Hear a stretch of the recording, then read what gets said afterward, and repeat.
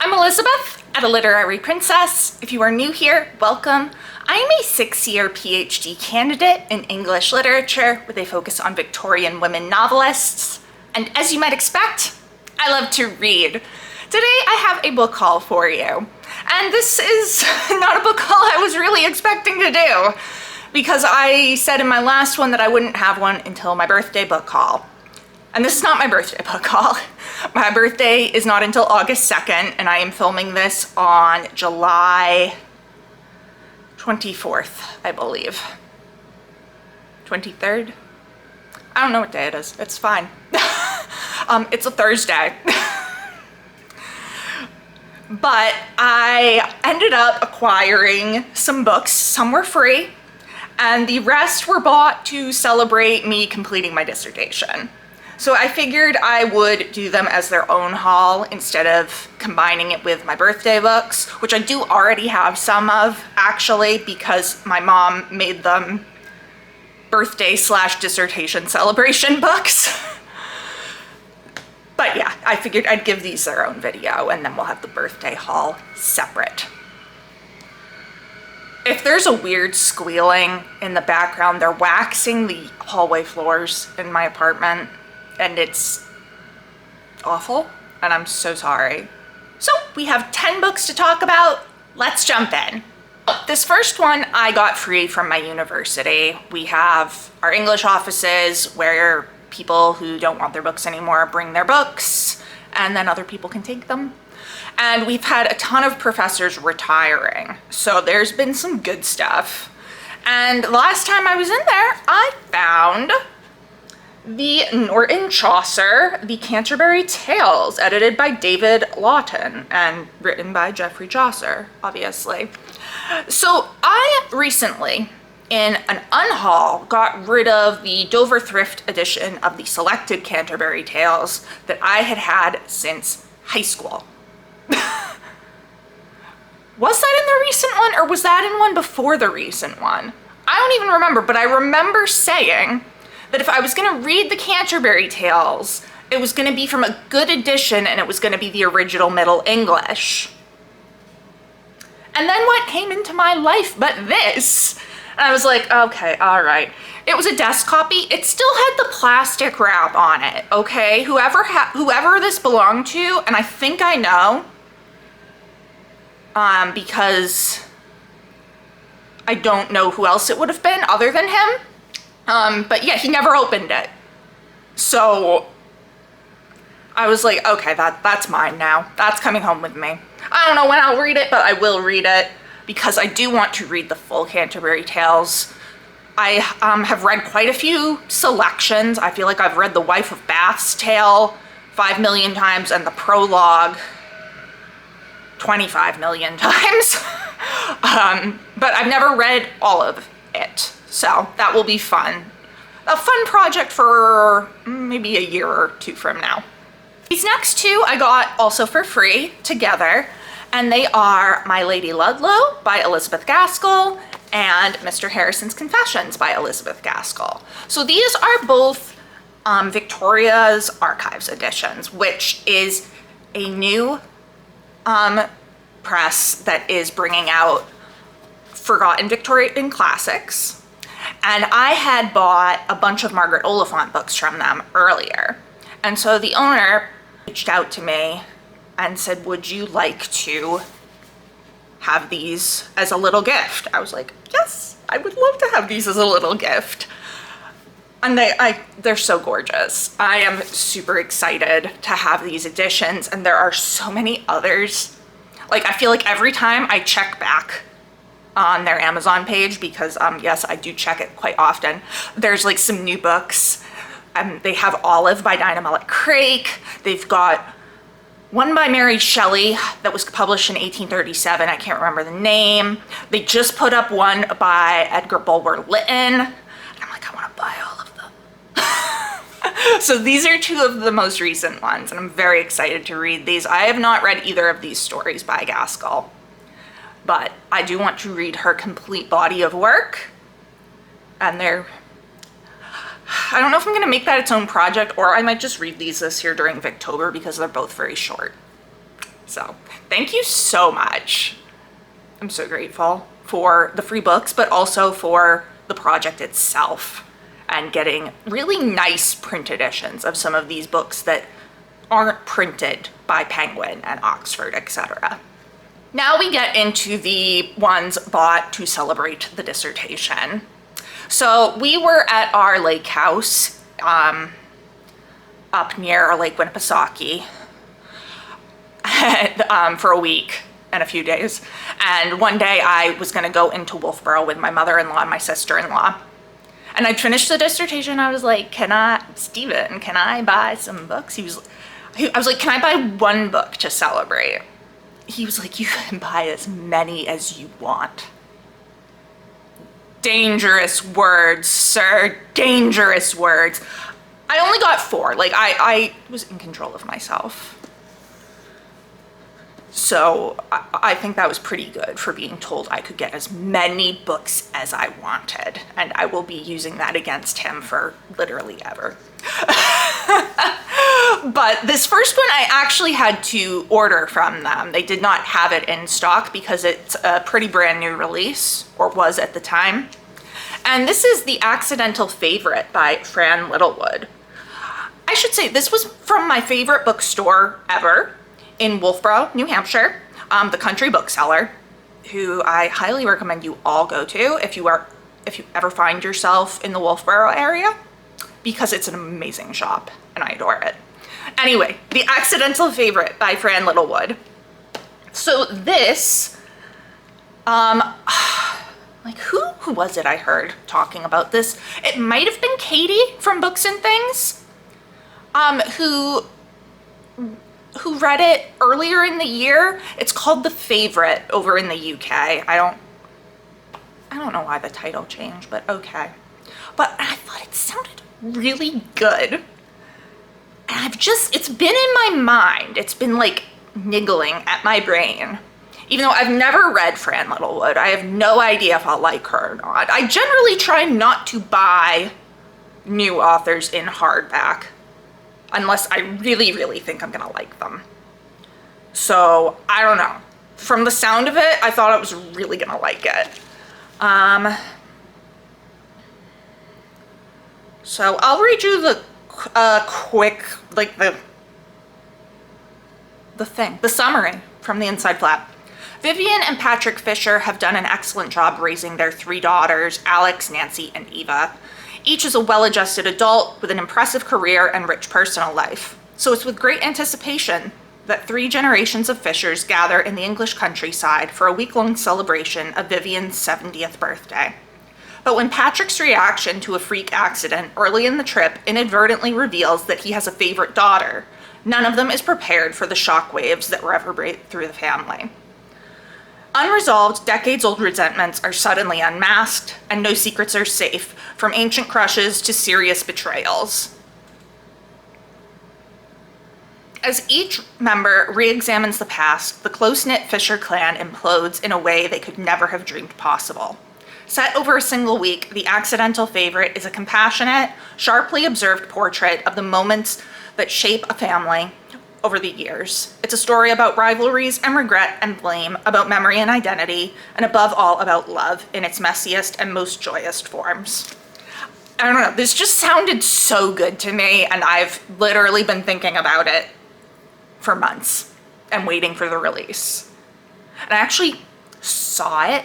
It was put out early in a bookstore in the Washington, D.C. airport. And I came this close to buying it, but I knew I really didn't have enough money at the time, so I didn't. And I was kicking myself. But then when I went to the Country Bookseller, I was like, okay, hopefully they'll have it in stock, but if not, I'm probably gonna order it, unless I find something else that I really, really want. So I ordered it.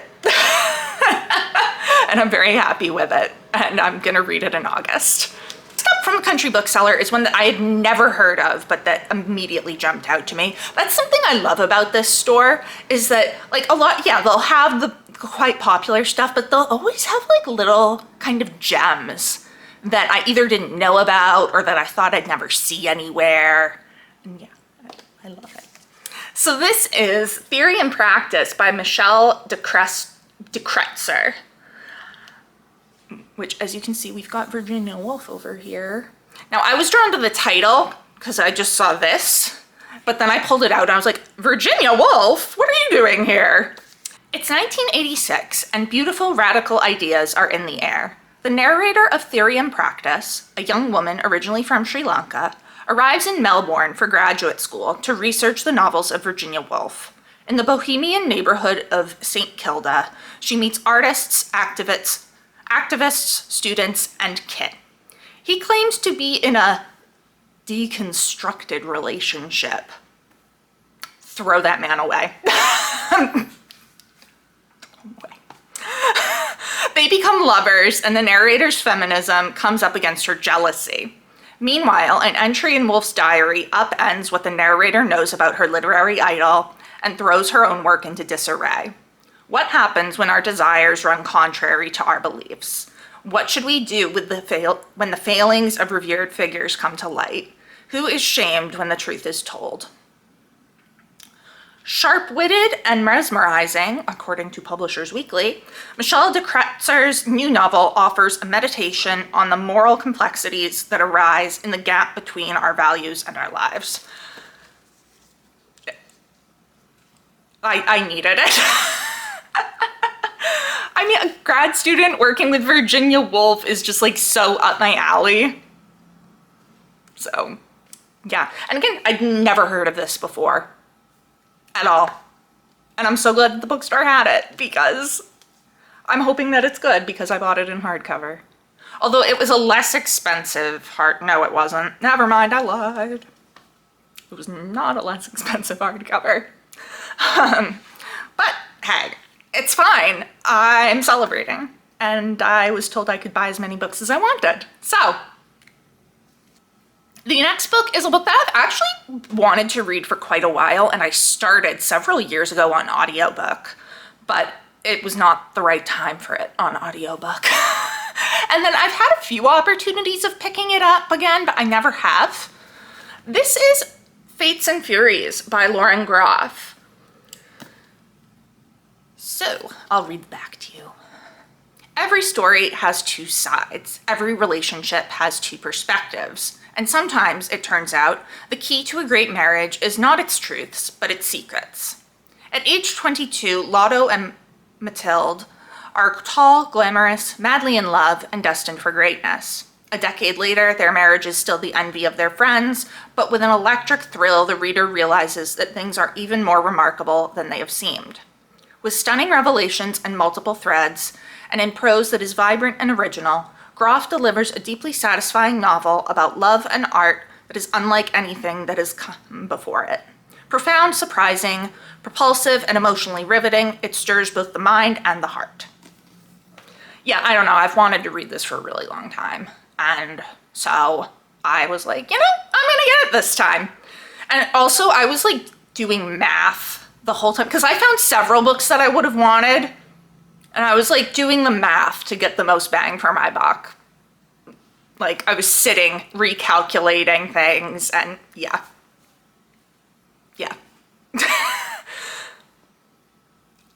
Is that weird? I don't know, but I had a good time, and I'm really excited to read this finally. And then the final book from the Country Bookseller is by an author who I really love, and who I think is gonna become a favorite author as soon as I read this. And this is House of Whispers by Laura Purcell. So I've read The Silent Companions and The Poison Thread, both of which were bought from the Country Bookseller. And I had seen this there last year or the year before, but I hadn't read The Poison Thread yet. And I was like, read the book you bought last time before you buy another one by the same author. But then it was still there. So I was very excited. So, consumption has ravaged Louise Pinecroft's family, leaving her and her father alone and heartbroken. How very Brontean. But Dr. Pinecroft has plans for a revolutionary experiment, convinced that sea air will prove to be the cure his wife and children need. He arranges to house a group of prisoners suffering from the disease in the caves beneath his new Cornish house. While he devotes himself to his controversial medical trials, Louise finds herself increasingly discomfited by the strange tales her new maid tells her of the fairies that hunt the land, searching for those they can steal away from their realm. 40 years later, Hester arrives at Morvorin House to take up a position as nurse to the now partially paralyzed and mute Miss Pinecroft. Hester has fled to Cornwall to try to escape her past, but surrounded by superstitious staff enacting bizarre rituals, she soon discovers her new home may be just as dangerous as her last. I love Purcell's work. She does historical Gothic, and the atmosphere in these is always so good, and this sounds just like I'm gonna love it. So I'm very excited to read it. The next 3 books come from a shop in my town. It is not a bookshop, but they do have books among their many other things. So they had a sign that was like all Stephen King hardbacks, $5. And they had 2 Stephen King hardbacks. So I was like, honey, can we get them? He's like, yeah, sure. So the first one is Hearts in Atlantis. Look at this. $5! 5! Sorry, my cats just got upset by me banging the book. But yeah, $5. Hearts in Atlantis, King's newest fiction, is composed of 5 interconnected sequential narratives set in the years from 1960 to 1999. Each story is deeply rooted in the 60s, and each is haunted by the Vietnam War. Part 1, Low Men in Yellow Coats. In Part 1, Low Men in Yellow Coats, 11-year-old Bobby Garfield discovers a world of predatory malice in his own neighborhood. He also discovers that adults are sometimes not rescuers, but at the heart of the terror. In the title story, a bunch of college kids get hooked on a card game, discover the possibility of protest, and confront their own collective heart of darkness, where laughter may be no more than the thinly disguised cry of the beast. In Blind Willie and Why We're in Vietnam, 2 men who grew up with Bobby in suburban Connecticut try to fill the emptiness of the post-Vietnam era in America, which sometimes seems as hollow and as haunted as their own lives. And in Heavenly Shades of Night Are Falling. That's a mouthful. This remarkable book's denouement. Bobby returns to his hometown, where one final secret, the hope of redemption and his heart's desire, may await him. Full of danger, full of suspense, most of all full of heart, Stephen King's new book will take some readers to a place they have never been, and others to a place they have never been able to completely leave. So, that sounds interesting. However, I did not notice before buying it this lost cat sign on the cover. I was just, distracted by Stephen King. But I'm like, oh God, I hope there's no animal death. Because the last Stephen King book I read that had animal death was too rough for me. But I guess we'll see what happens. And then the second one was Rose Madder. Why are these summaries so long? Roused by a single drop of blood on the bedsheet, Rosie Daniels wakes from 14 years of a nightmare marriage and suddenly takes flight. She uses her husband's ATM card to buy a bus ticket, determined to lose herself in a place where Norman won't find her. She'll worry about all the rest later. Alone in a strange city, she begins to make a new life, and good things start to happen. Meeting Bill Steiner is one, and finding a junk shop painting is another. It may be bad art, but it's perfect for her new apartment, and somehow it seems to want her as much as she wants it. Still, it's hard for Rosie not to keep looking over her shoulder, and with good reason. Her husband is a cop with the instincts of a predator. He's very good at finding people. The fact that he's losing his mind might even be an advantage. Rose maddened and on the rampage, Norman Daniels becomes a force of relentless terror and savageness, a man almost mythic in his monstrosity. For Rosie to survive, for her to have a chance in her brave new world, she must enter her own myth, a world that lies beyond the surface of a work of art, and become a woman she never knew she could be. Rose Matter. Look at the back of this. What? I didn't notice that when I bought it. So that just sounds really good, and I'm excited for that. And we get to the final book, and it requires a little bit of explanation because it's kind of a weird one.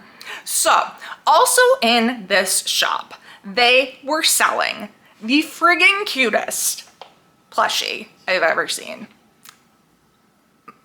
Baby Mothman, or Mothman Baby, I think they were calling him. And I was immediately obsessed. He is so soft, like, I'm obsessed with him. I love stuffed animals. I have a little collection, but yeah. And so I was like, Steven, will you buy him for me? I finished my dissertation. Gonna be using that one for a while. He was like, yeah, fine. But Mothman Baby came with a little book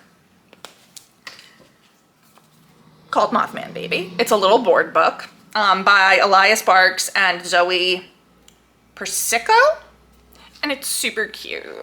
I'm like, ah. It opens. Oh, it was super cute. Almost as cute as this little guy. So yeah. Kind of an odd one, but I'm super happy with my baby Mothman stuffed animal. And the book is really cute. Maybe I'll read it for picture this next year. Oh, that is my most recent book haul. Let me know down in the comments. Have you read any of these? What did you think? What are some of the most recent books you have purchased or borrowed from the library if you're not big on buying books? If you enjoyed this video, please don't forget to give it a thumbs up and subscribe to see more of my bookish content. It has been great chatting with you. I will see you soon. Bye.